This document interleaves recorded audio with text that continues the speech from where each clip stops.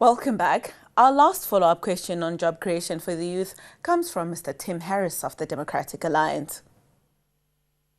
Thanks, Honourable Speaker. I don't think we're getting across just how serious the problem of youth unemployment is. We need to create 4.7 million jobs for people under the age of 34. And the Deputy President talks about 20 people hired there, 6 people hired here. He just repeated some of the marginal programs that the President announced in his State of the Nation.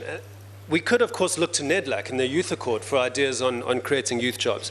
They talk about public sector brigades and youth employment set-asides. These are weak ideas to tackle our biggest challenge. The bottom line is, the National Development Plan says we need to lower the cost of hiring young people. It talks about active labour market policies like the youth wage subsidy.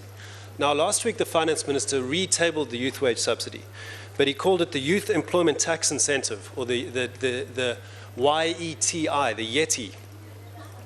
It's structured exactly the same way as the youth wage subsidy.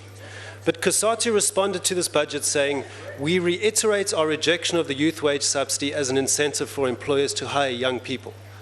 So, Honourable Deputy President, why is the Finance Minister the only member of the Cabinet talking about this YETI? How does the Deputy President think the policy will now be implemented when COSATU spent 3 years blocking it for the past 3 years? Is it because the youth wage subsidy is like the mythical Yeti?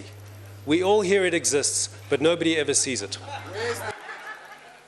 The Honourable Deputy President. Thank you very much, Honourable Speaker. Firstly, the question isn't a follow-up question to the question that I had to answer.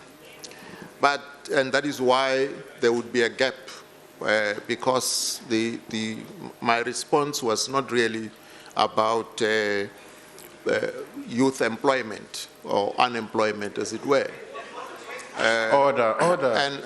And was very clear that I'm referring to change agents, because, as I said, we profile the poorest households, and in each one of them we try to identify someone that we can assist in order for that person to change the conditions of that family.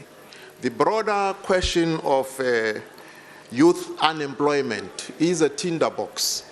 We all agree, we all know it is a tinderbox, and government tries to respond to the challenge not by employing one approach or one instrument only, but multiplicity of responses, because as you correctly point out, it is a huge challenge. And we are alive to it. Well, that brings us to the end of today's program. Join us again tomorrow for news and views from Parliament. Until then, goodbye.